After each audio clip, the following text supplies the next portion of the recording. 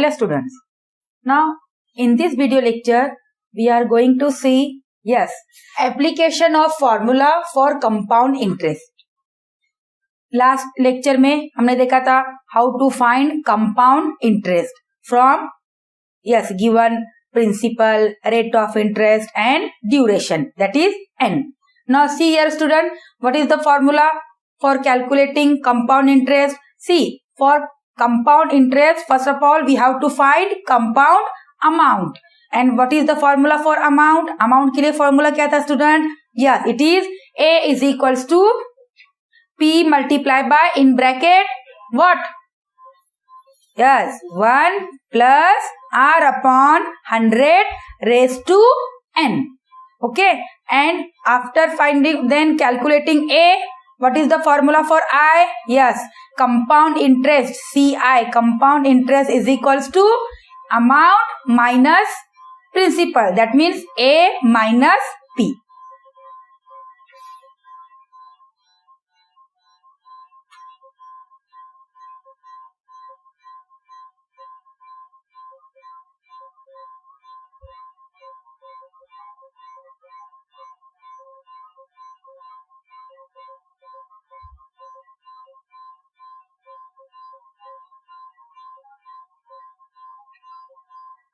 Okay, now students,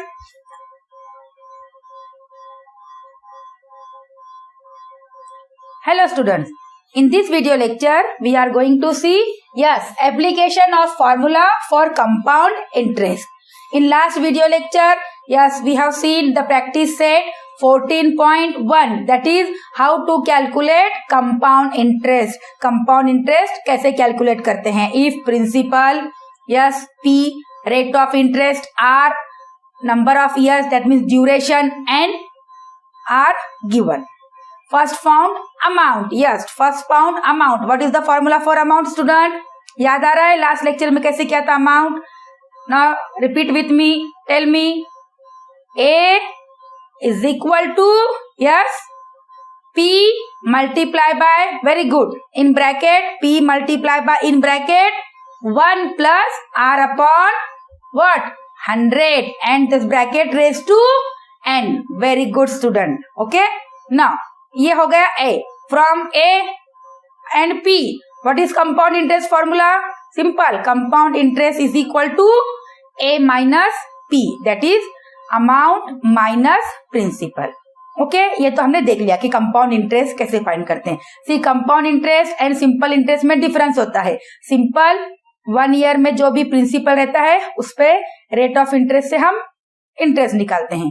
now लेकिन compound interest में compound interest में ये क्या होता है, बढ़ते रहता है. जैसे प्रिंसिपल प्लस इंटरेस्ट, जो अमाउंट होगी वो होगी नेक्स्ट ईयर की अमाउंट अगेन. तो इन मतलब क्या होता है, each time principal plus interest is the new principal. Principal plus interest या principal amount plus interest is equals to new principal amount. Okay, now ये तो हमने देख लिया है. Now but what is the use of this compound interest formula जो हम find करते हैं? इसका use see student we can use in our practical example, मतलब प्रैक्टिकल लाइफ में हम इसका यूज कर सकते हैं practically. See how and where. See suppose in finding the growth of population हम फाइंड करते हैं ना कि रेट ऑफ इंटरेस्ट कितना बड़ा, लास्ट ईयर पॉपुलेशन इतना था, 2017 में इतना था, 2018 में इतना है, एंड लास्ट 2016 में कितना था. So for calculating increase of population, similarly for calculating the see student, यहाँ पे आपको एक न्यू टर्म सीखना है, that is called as depreciation. What is depreciation? See, depreciation means student, it is that value of article. ये चीजों की वो वैल्यू है, थिंग की, आर्टिकल या कोई भी चीज, उसकी वो वैल्यू है जो क्या होती है student, some certain period of time decreases. See आपने बहुत बार देखा होगा स्टूडेंट, न्यू मार्केट में कोई भी एक चीज आती है, न्यू कार जो लॉन्च करते हैं या फिर न्यू मोबाइल जो आता है, ठीक, उसकी पहले फर्स्ट जो लॉन्च करते हैं प्राइस देते हैं कि suppose this car is for 5 lakh, this mobile is for 10,000, ठीक है। लेकिन after some period of time, कुछ आफ्टर सपोज 1 ईयर 2 ईयर, क्या होती है स्टूडेंट, ये चीजों की वैल्यू क्या होती है, डिक्रीज होती है, कम होती है। आपने सुना होगा, अरे लास्ट ईयर तो ये मैंने 10,000 में खरीदा था, अभी ये फोन की वैल्यू तो 8,000 ही हो गई, 4,000 ही हो गई, 6,000 ही हो गई। आपने कभी सुना है ना ऐसा, अरे हमने जब तो लिया था ये कंप्यूटर तो 20-30,000 को था, आज ये कंप्यूटर 15,000 को मिल रहा है। सो स्टूडेंट, ऐसे चीजों की वैल्यू क्या होती है, या तो यूज करने से कम होती है, जिसे को हम सेकेंड हैंड बोलते हैं ना, हम शोरूम से लेके आ रहे कोई चीज वो न्यू, फिर हम थोड़ा यूज करने के बाद जब उसको बेचते हैं तो ऑब्वियसली उसका हम रेट क्या करते हैं स्टूडेंट, कम करके बेचते हैं। क्या जो आपने लिया था उसी में बेचते हैं, उसी में सेल करते हैं क्या, नहीं।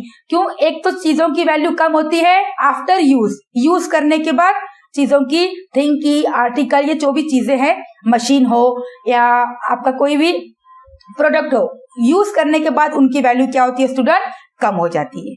इज दैट क्लियर ना। जो ये कम होता है, चाहे वो मशीन हो, व्हीकल हो, इनकी जो वैल्यू आफ्टर यूज और after some period of time, ऐसा नहीं कभी यूज भी नहीं किया आपने, मार्केट वाले, शोरूम वाले क्या करते हैं, उसकी वैल्यू कम कर देते हैं। जैसा बताया था ना मैं आपको, अभी ये जो मोबाइल है, सपोज आपका जो मोबाइल है वो 10,000 में आपने खरीदा, लेकिन आप 2 साल के बाद जाएंगे तो उसकी प्राइस आपको कम मिलेगी। सो जो ये वैल्यू जो कम होती है, डिक्रीज होती है, that is called as depreciation. Is that clear student? See this, depreciation, the new term, depreciation. Let me check. Yes, depreciation, or it is also called as reduce या deduction, reduced price. Reduce यानी कम करने के बाद जो price आती है, that price is called as depreciation.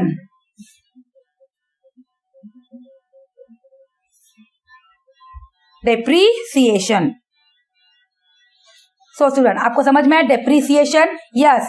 For example, see student, to calculate depreciation is that price that is reduced, that is reduced. For calculating depreciation price, again compound interest formula is used. Increase के लिए भी use होता है, जैसे population increase होता है ना, तो वहां भी आप कंपाउंड इंटरेस्ट फॉर्मूला यूज होता है। और डेप्रिसिएशन यहाँ पे आपको न्यू टर्म सीखना, यूज करना है स्टूडेंट, याद रखो। डेप्रिसिएशन मीन्स रिड्यूस प्राइस, यहाँ पे क्या होगा, आपको प्राइस कम करके फाइंड करना है। यहाँ पे प्राइस जो कम हुई है, रिड्यूस हुआ है, लास्ट ईयर इतना था अब इतना हो गया है, प्राइस में क्या हो गया है, डिडक्शन हो गया है, रिड्यूस हुआ है, कम हुआ है। क्यों कम होता है, यस, या तो हम उसको यूज कर रहे हैं या certain period of time. So student, यहाँ पे आपको इंपॉर्टेंट याद रखना है एक बात, very important, if there is depreciation, अगर आपको एग्जाम्पल में लगा, आपने जो सॉल्व कर रहे हैं कि वहां पे डेप्रिसिएशन हुआ है, रिडक्शन हुआ है, प्राइस रिड्यूस हुई है, so for solving depreciation formula, the rate of interest that is capital R, the rate of interest capital R is taken as negative. See student, मैं बहुत इंपॉर्टेंट बात बता रही हूँ आपको पता है ना R, yes, it is rate of interest % per annum, है ना। So for depreciation or for reduced price or for deduction of price, the rate of interest capital R is always taken as negative. और increase के लिए हम जो normal plus है plus ही लेंगे। But अगर आपके एग्जाम्पल में आपको डिप्रिसिएशन वैल्यू फाइंड करना है प्राइस डिडक्शन फाइंड करना है, so student always remember R should be taken as negative in the formula. आप वहां पे आर इंस्टेड ऑफ आर आप क्या लिखेंगे, minus R. Is that clear student? For what? For depreciation. Depreciation means yes reduced price, deduction in price. Price क्या होती है, चीजों की कम होती है। कुछ ऐसे भी हैं जिसकी प्राइस बढ़ती है, जैसे फॉर एग्जांपल आपने देखा ये प्रॉपर्टी, आपको अलजेब्रा में हुआ है, yes that is financial in part C. अभी तो नहीं, आपको 9th स्टैंडर्ड में आगे है आपको कि किस चीजों की वैल्यू बढ़ती है, किस चीजों की वैल्यू कम होती है। दैट इज मीन्स जो इमूवेबल प्रॉपर्टीज बोलते हैं जिसको, immovable that is house, land. अगर आपने ओपन लैंड वगैरह लिया है ना, तो दैट प्राइस वो वैल्यू बढ़ती है वहां पे, ठीक है। बट थिंग्स जो हम यूज करते हैं, लाइक मैंने बताया आपको, मशीन्स हो कोई या व्हीकल्स, सो इनकी वैल्यू क्या होती है स्टूडेंट, आफ्टर यूज और after some period of time their value yes decrease, there is a deduction और reduction in the price of that items और article, and that is called as depreciation. And to calculate depreciation by using compound interest formula, yes, very important student, for that we have to take rate of interest negative. समझ में आया? वही formula रहेगा, a is equals to p multiply by in bracket 1 plus r upon 100, but r यहाँ पे क्या होगा, negative. For what? If in the example there is depreciation. Is that clear student? Yes. So by using this formula we can find increase in population, deduction in price of car, in phone, हम निकाल सकते हैं। We can find by using this formula. तो कैसे find करेंगे? Let's start.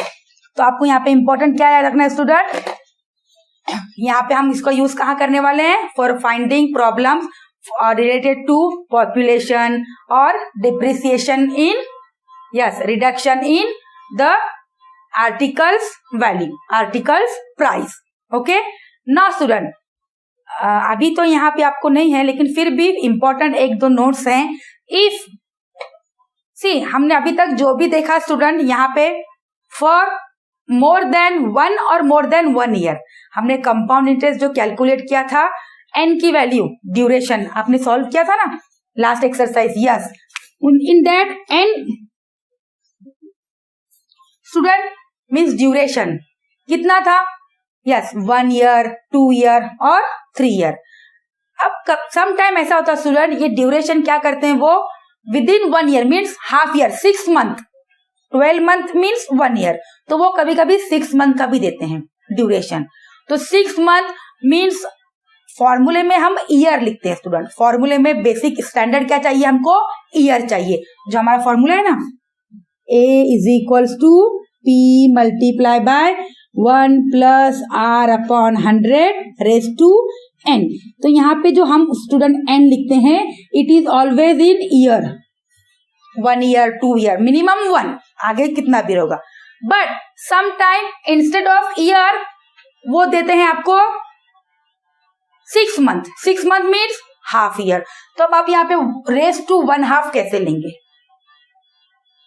So student जब ऐसे problem रहते हैं तो यहाँ पे हम क्या करते हैं, एन को कन्वर्ट करते हैं ईयर में, एन को कन्वर्ट करते हैं ईयर में। तब क्या होगा, फिर ये तो हाफ था, एन क्या था, हाफ, हमने इसको कन्वर्ट किया 1 ईयर, तो फिर बाकी में भी चेंजेस होगा। तो कहाँ चेंज करना होगा स्टूडेंट, सी आपको तो अभी अभी एग्जांपल ऐसे है नहीं, फिर भी आपके लिए बता रही हूँ। If N means capital N जो ड्यूरेशन होता है, इंस्टेड ऑफ ईयर अगर वो मंथ में है, 6 मंथ, 6 मंथ मीन्स 6 महीने जिस बोलते हैं हम, 6 मंथ, यस हाफ ईयर, तो उसको कन्वर्ट करेंगे हम 1 में। तो in that case R should be taken as R upon 2, जो आर रहेगा उसको अपॉन 2 करेंगे, हाँ, और एन क्या होगा, डबल करेंगे उसको, 2n मतलब वही 1 हो जाएगा। हाफ को हाफ मल्टीप्लाई बाय 2 करेंगे तो कितना होगा, 2 कैंसल, 1 आएगा। मीन्स वहां पे सिंपल बताती हूँ स्टूडेंट, इफ 6 month अगर ऐसे होगा तो n should be taken as 2n and r should be taken as r upon 2. Always remember, एक 6 month के लिए अगर यूज होगा, क्योंकि हम यहाँ पे 6 मंथ 1/2 ये ईयर में चाहिए, नॉट इन मंथ, तो कैसे कन्वर्जन करेंगे?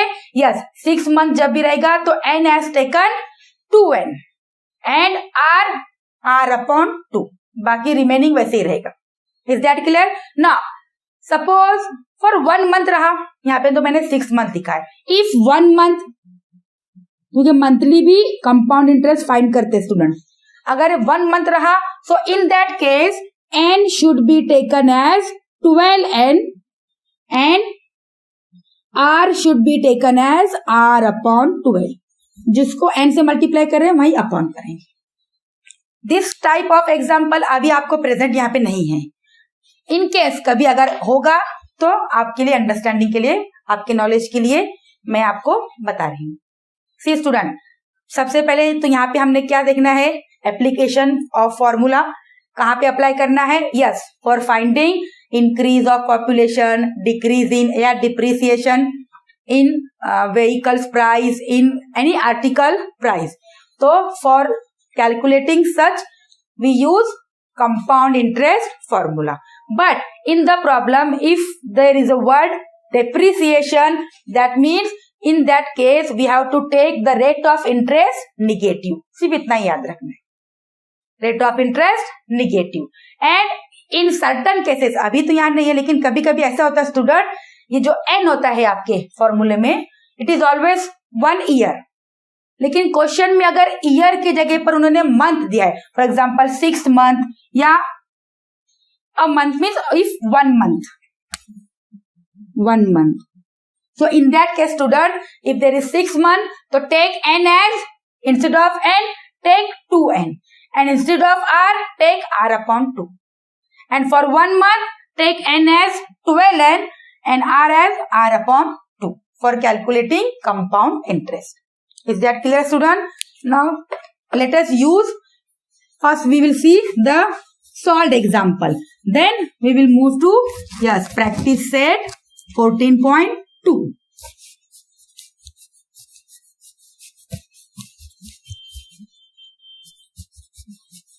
See student, यहाँ पे आपको सिर्फ ध्यान रखना है, the new term, that is what? Depreciation. जैसे हम बोलते हैं ना एप्रिसिएशन, एप्रिशिएट करना मीन्स वैल्यू को हम बोलते हैं ना बढ़ाते हैं, और उसका अपोजिट डेप्रिसिएशन, कम करना, reduction, reduce, you can use any word. Okay, now let's take one solved example. कैसे फाइंड करते हैं actual? See student, it is solved in your textbook. Okay, first example. The population of a city increases at compounding rate of 8% per year. Compound interest के form में हर एक village की जो population है increase हो रही है, per year कितना हो रही है? 8% से. ठीक है. Find the population in the year 2012 if population in the year 2010 was 2,50,000. 2010 में पॉपुलेशन कितना था उस विलेज का? 2,50,000. आपको निकालना है 2012 का. आपको इंफॉर्मेशन किसका दिया है? 2010 मीन्स आपको कितने ईयर के बाद निकालना है? वेरी गुड स्टूडेंट, 2010 है, हमको पूछा है 2012, दैट मीन्स हमको आफ्टर 2 years. तो हियर n कितना होगा student? Very good student, n is 2. सी वहां पे लिखा है उन्होंने.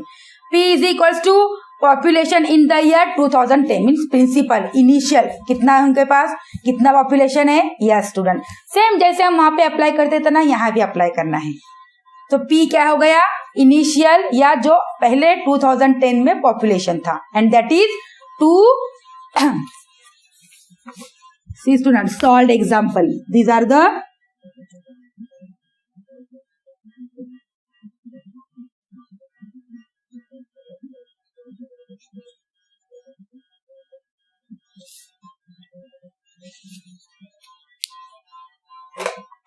Now, in that first, what is given? P is equals to 2,50,000, no?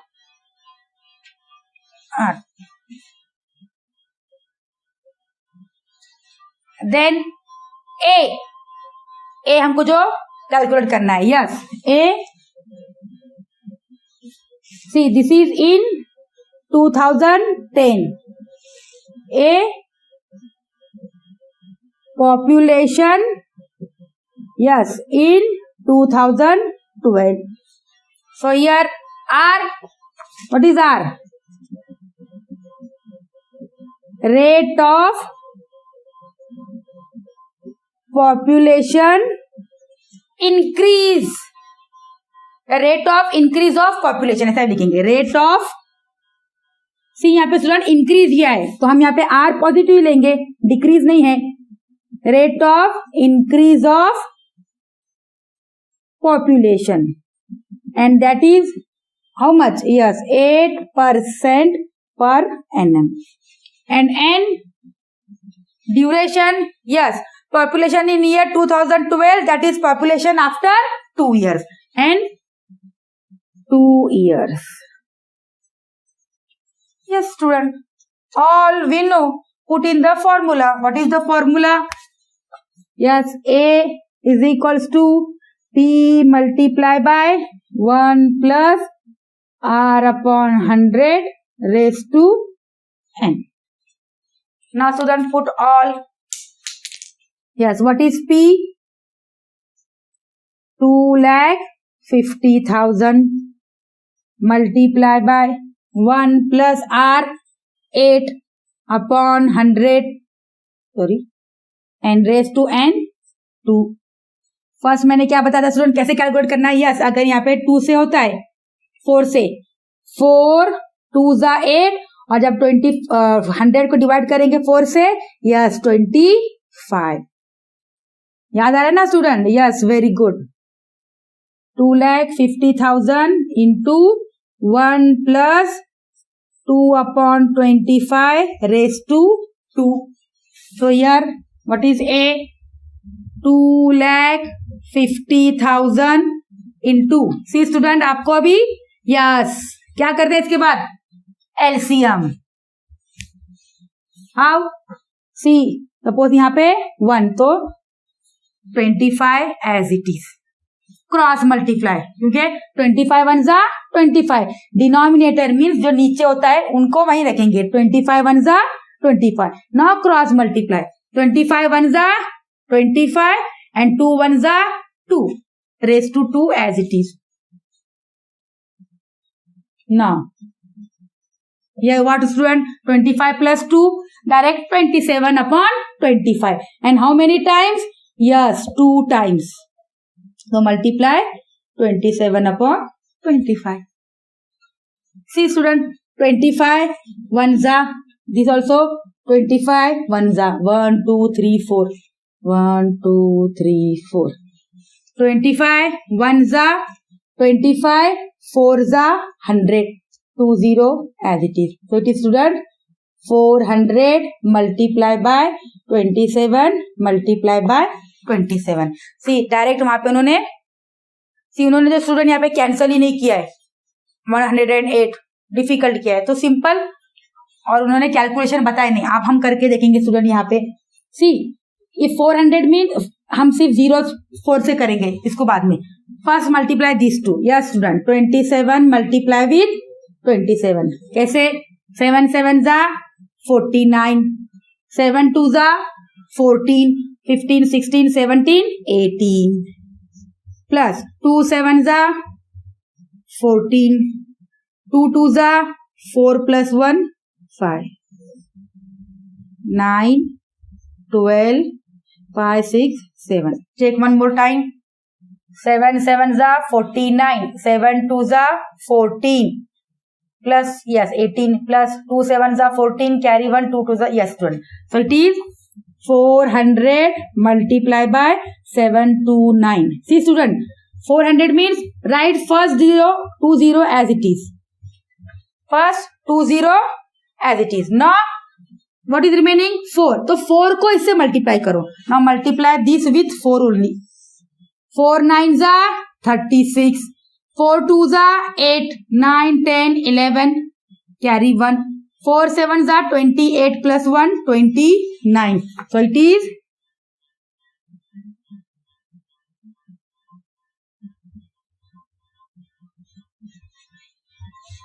2,91,600. So after 2 years जो population 2,50,000 था वो कितना हो गया 2010 में. In 2012 the population with rate of interest 8% पर annum, मतलब 1 year में 8% बढ़ा. So it is 2,91,600. Is that clear student? यहाँ पे परसेंट पर एनएम की जगह पे हम क्या लेंगे सुनिए, यहाँ पे हम यस 8% से कैलकुलेट हुआ है. Okay, so in this way we can find same. ये तो आपको रिमेन हम जो किया वैसे ही, सिर्फ यहाँ पे जो आपका जो क्वेश्चन है वर्ड प्रॉब्लम है हम उसको कंपाउंड इंटरेस्ट फॉर्मूले में कन्वर्ट करेंगे. Is that clear? See student, some time आपको ए फाइंड करना होता है, some time A is already given, आपको P फाइंड करना होता है, and some time R find करना होता है, क्योंकि यहाँ पे ऑल आर वेरिएबल, कोई फिक्स नहीं है. अकॉर्डिंग सी फिक्स है only 1 and 100, remaining A P R N वो हर एग्जाम्पल में चेंज होते हैं. तो सम टाइम कभी see out of these 3 are known, 1 2 3 4 A P R N 3 देते हैं, कोई ए फोर्थ वाला आपको निकालना होता है. समटाइम ऑल दिस गिवन आपको एन फाइंड करना होगा. Sometime N given A given P given आपको आर फाइंड करना होगा. तो we can find any. Okay, if 3 are know out of 4, अगर 3 आपको पता है तो आप 4th वन इजीली फाइंड कर सकते हैं by using the same formula एक ही रहेगा. Okay student, now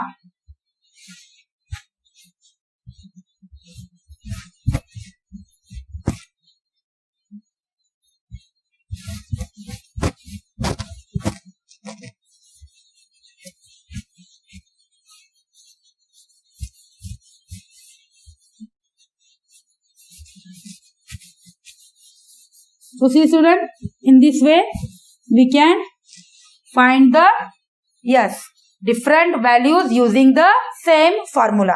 See again there are 2 solved example and very simple, आपको बुक में है, you can see go through the book, second and third fourth one. See in the second what is given, yes all are given, आपको again A find करना है. Okay student, आपको A find simple फॉर्मूले में put किया है, solve किया है. In the third example see student A is already given, आपको वहां पे पी फाइंड करना है. सी आप पूरा बुक में लिखा हुआ है, आप उसको देखो, रीड करो, फिर हम जब सॉल्व करेंगे प्रैक्टिस सेट 14.2 आपको समझ में आएगा कैसे सॉल्व किया है. Okay student, now in fourth example yes all given n is not given, तो वहां पे उन्होंने n कैलकुलेट किया है. आगे आपको एक्सरसाइज में भी है, मैं आपको बताती हूँ कैसे फाइंड करना है, तो आपको ये समझ में आएगा because it is already solve in your textbook. ये ऑलरेडी आपकी बुक में सॉल्व किया है. Okay, so we directly move to our next practice set 14.2.